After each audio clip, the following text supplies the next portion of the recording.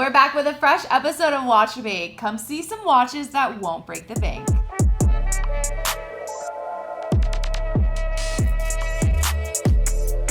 Hi, you guys. Nice to see you. How's it going? Good Ready to see for you. another watch debate? I know, I sure am. Today's topic is a great one. It's something we have a discussion about pretty regularly, especially with the ongoing changes to our inventory list. But today we are debating all about the best watch under 5K. So excited to see what you guys have as your selection. I do not know what you're bringing to the table, which will make it fun, but I would love to know, what are you bringing to the table on your wrist today? Well, in theme with it, I think one of the best watches for under 5K is a Speedmaster. Classic moon watch. Hey. We are talking pre-owned prices here, not Yes, retail. yes. So yes, Great at point. retail, you are slightly above, but on the pre-owned market, I mean, they've been making this watch since 57. Ample options, and I think this is just kind of grandfathered in as like an expected choice, an obvious choice, and definitively a great choice. So. Yeah. All right. I agree. Bringing some points already. I love it. And that one's fantastic, right? I mean, classic moon watch, can't go wrong. Right. But to that point, there's a lot of good Speedmasters. Like all the reduced, there's so many in that category. For under $5,000, you can get any number of really cool Speedmaster reduced. Yep. What are you wearing, Justin? I got the Black Bay GMT. Okay. This one's got the vintage feel, which I like. Cool, great watch, and again, it's under $5,000. You in two-tone, I don't see all the time. I know. I thought I'd mix it up today because you're right. I don't wear a lot of two-tone, but I admit I like it. I Fun think one. it looks good and it feels good. Well, you guys are already understanding the assignment, bringing this to wrist checks. I appreciate the attention to detail. I am not understanding the assignment at all. I have on a beautiful Patek. This is a complications. It's full yellow gold. Gorgeous. Diamonds, gold, Diamond, yes, bezel. under 5K. Yeah, this is not a part of the conversation, but more or less just what I'm wearing today. So be sure to let us know what you guys are wearing. Now let's get into this debate topic. As I mentioned, the best watch under 5K. You guys will both present your option and hopefully a few facts. I'll give you the chance to rebuttal, add any anecdotal things that we have. Then ultimately, we're going to turn this over to you guys. So without any other waiting, would you like to start this one, Justin? Sure, let's do it. What's your watch? It looks like I'm grabbing. You are Okay. grabbing a Tudor Black Bay GMT. Carries This is through. my choice. Yes, exactly. This is the You stainless. love Tudor. I do like Tudor. Yep. I really For good do. reason.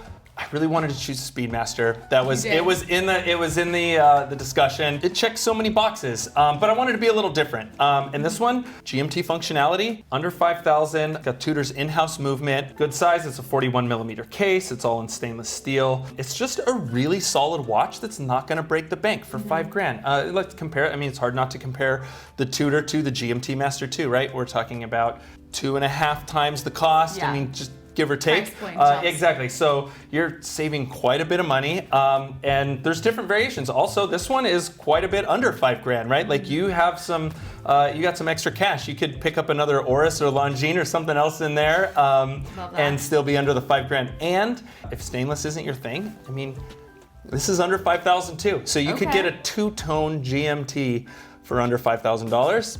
It's my choice. If I had Okay. $5,000 and I was starting out, that's where my money would go. I love the Black Bay. I think Yeah. the GMT is a really functional way to kind of get maybe that under the Rolex GMT option for obviously a much more affordable price with a lot of the functionality. What are your thoughts on his choice? Great watch. I think Tudor across the board, really strong value for the money. Obviously, being Rolex's little sibling company, there's a lot to like there. I think one thing is important to note is we could almost go retail prices here as well. Like, yeah, pre-owned, you're coming in well under budget, but Tudor, even if you're going brand new, $5,000 is a lot of the models coming under that. Yeah. So I think it's a really compelling option because you're not limited to hunting one down on the pre-owned market. Okay. Any holes to poke?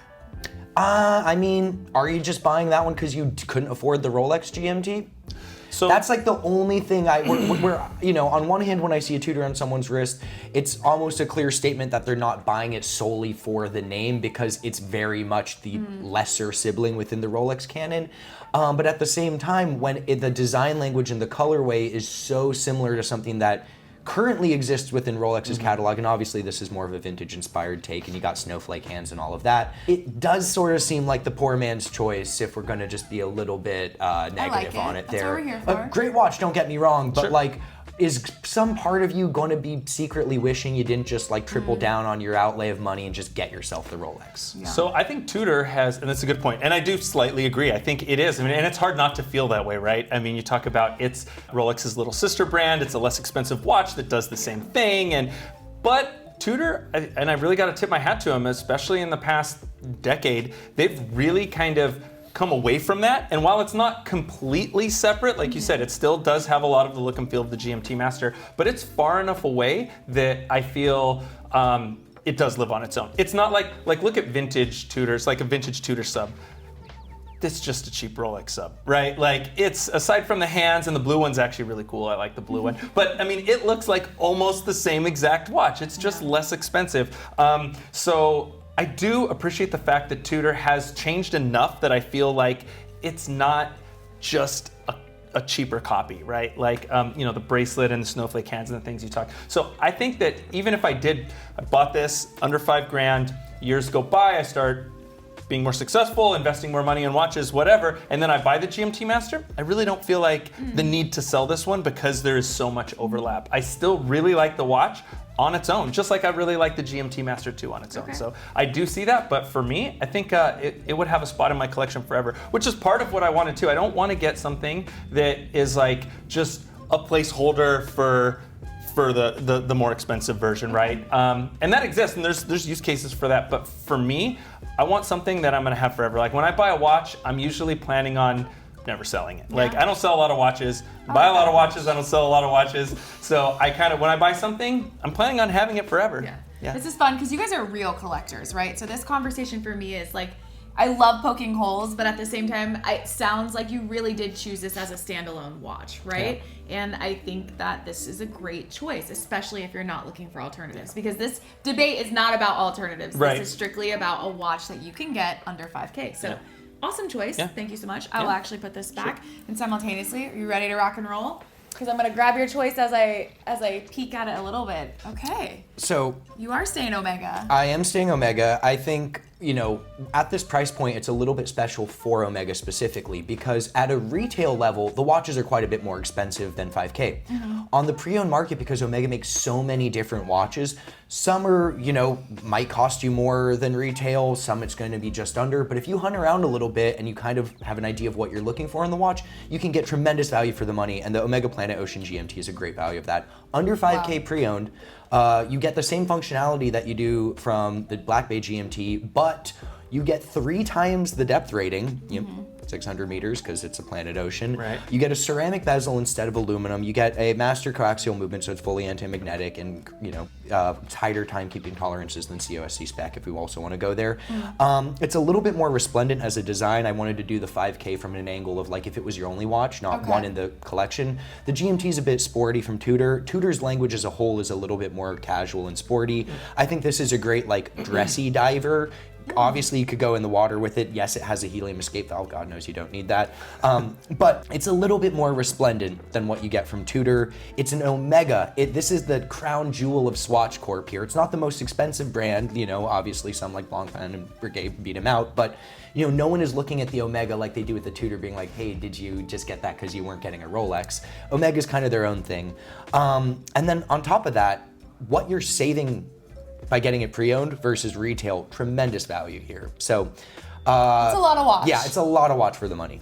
It is, but a great choice. I'm really happy that you didn't go the Speedmaster route, even though, candidly, we all I feel like we could enjoy. have both chosen the Speedmaster and just debated why the Speedmaster is such a good choice under $5,000. In the past, when you brought up the Speedmasters, like the one watch collection or first watch or something like that, there's always the nagging issue of like, but the water resistance isn't all that great. 600 meters, if this was your only watch, you could wear it to the bottom of the ocean and you're fine. Yeah. And I mean, obviously no one's gonna be doing that, but unlike the Tudor, you can also admire that lovely finished movement. And I think it just brings a little bit more for the money. It's a flagship offering from a premier manufacturer, and under 5K for this seems like actual bargain these days, considering retail prices keep going up and up. Yeah, absolutely. All right, great choice. I am pleasantly surprised, to be honest with you.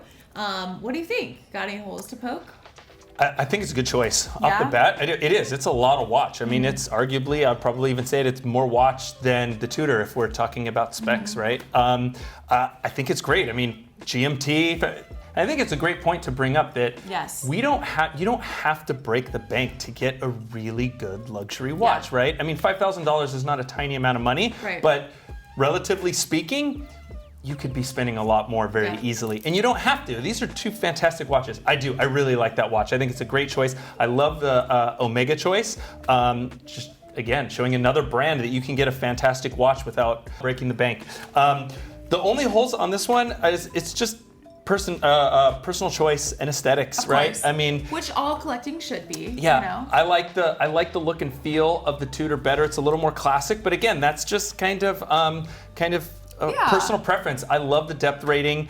Planet Ocean, it's one of my favorite watches. The classic with the orange bezel Planet Ocean is one of my all-time favorite watches. So, I mean, it's going to get a lot of love from me. I really like the ceramic bezel on this one too. On the Tudor, I feel like it's more of an aesthetic choice, not a cost-saving choice. But again, the ceramic is more durable, and it's a great addition for under $5,000. I think it's a good choice. I mean, if I was spending my $5,000, I would go with the Tudor, but I wouldn't be sad about this choice at all. Well, I think it's also worth noting this is a categorically more expensive watch than the Tudor. It is. I think this comes in just under $5,000 currently on the site right now, and that's pre-owned. Right. Like you mentioned when you're talking about the Tudor, you could probably go throw an Oris in there for the same price as this, and then you cannot actually buy this new for $5,000. Right. So there exactly. is that as well. Yeah, it's a good choice. I love the display back. You get a I like the clasp blue and extension orange. system. I mean, I know this doesn't. Oh wait, where's the clasp extension system here on this? Well, yeah, I don't know. Would you mind? I guess that's over there. Yeah, it is a little disappointing. See not that nice to have... push button release? I guess I'll just use my fingers like a You peasant to lie. go ahead and open I'll this one. rebuttal that with a choice that I actually didn't make, but was also on the short list, was the Tudor Pelagos. Oh, come which on. has watch. maybe the best clasp that I have seen, period. Full titanium. Full titanium, under $5,000. Again, just illustrating the point. There's Ceramic lots of bezel. choices under Hey, you're getting $5,000, closer. right? Yeah. Yeah. It was just, I like the GMT functionality on this. I think it was a nice value add, especially in the, I'm talking, we're in the $3,000 range on this one. But yeah, again, lots of great choices under $5,000. The Pelagos was another one that I think would be really nice if you're really into a good clasp. That's the one for you. I think it's interesting we both chose GMTs. I literally know. was just about to say this. Like, ultimately, I do think you both came from the how much watch can we get for our money outside of just your own personal preferences. And I love that you both chose GMTs. Well, and I actually chose the GMT version because I'm like, we can have an extra complication for the budget. I almost chose one of Absolutely. the regular Planet Ocean divers. And then before that, I was looking at the Seamaster, like the Bond Seamasters. But when you step it up to the Planet Ocean, you get a slightly more advanced movement. You get an independently adjustable hour hand. And with the Don't forget GMT, your depth rating. yes. Oh, yes. Ripley's key. I need the extra 300 meters. Right.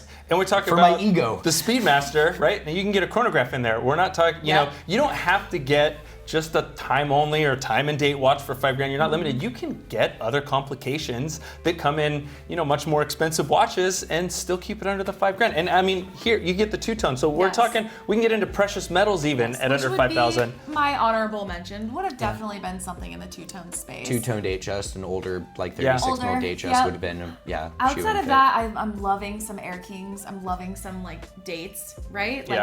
But then we're going to Rolex, and I think we had a lot of conversation around Rolex, and you guys bring up really great points that there are so many wonderful brands that honestly, I don't want to say get overlooked, but for the sake of our conversations, we tend to lean into those versus others, and I love that that is not the case today with this debate. Well, like a vintage date just or like a 90s date just is that's Fantastic a entry point. fantastic choice. It could be the only watch you'll ever need. But if we actually want to talk about performance specs, a date just from the mid 90s compared to that Planet Ocean, that Planet Ocean absolutely sits on it. Like 6 times the depth rating, GMT movement, ceramic bezel. You know what I mean? Like if we're actually going for functionality, now again, it's not a Rolex. Rolex is a bit special, even among manufacturers that cost far more than what Rolex sells its watches for. But I felt that just like the Speedmaster, too much of an obvious choice, but that not a bad one. No, in any respect. Those are great watches. I love those watches. There's a reason they're an obvious choice. It's because they're objectively great. Exactly. But when we start putting them head to head and looking at what you get for your money, the choices we made both just far surpass that Rolex. And again, it's not a Rolex. If you want the Rolex, if you want that coronet on there, these aren't going to do it for you, right? But I also feel like that was a different conversation. Our one watch conversation really kind of leaned more into that, where this is, look, you've got $5,000. Where would you put your money at this point? And so I love you guys bringing these two options to the table. Ultimately, it is up to you guys to kind of decide, where do you fall in this conversation? Are you Team Ripley? Do you value this Omega name along with kind of all of the details that the Planet Ocean delivers? Or do you see really more where Justin's coming from with the Tudor Black Bay GMT? I mean, two valid options, but maybe you're in your own camp and they've got something that they think fits actually better, going to bring that up. I know there's going to be the comments that says, oh my gosh, you guys missed fill in the blank, right? It's always, this is the perfect opportunity. I know we missed lots of stuff. I mentioned a couple other ones that I wanted. We can only pick one. We're two collectors in the sea of every collector, right? Let me know something that I haven't thought of down below, because I know there's a lot of watches out here. Any dress watch. We both chose fairly sporty pieces, but like, I don't get to play in this, so you know I would have gone either precious metal or dressy. So it's fun to see where you guys also, come in and weigh in on this debate. So be sure to sound off in those comments along with your wrist check. So otherwise, thank you guys so much for joining me today. Another great debate in the bag. So we will be back with a fresh episode sometime soon. Until then, everybody, be well.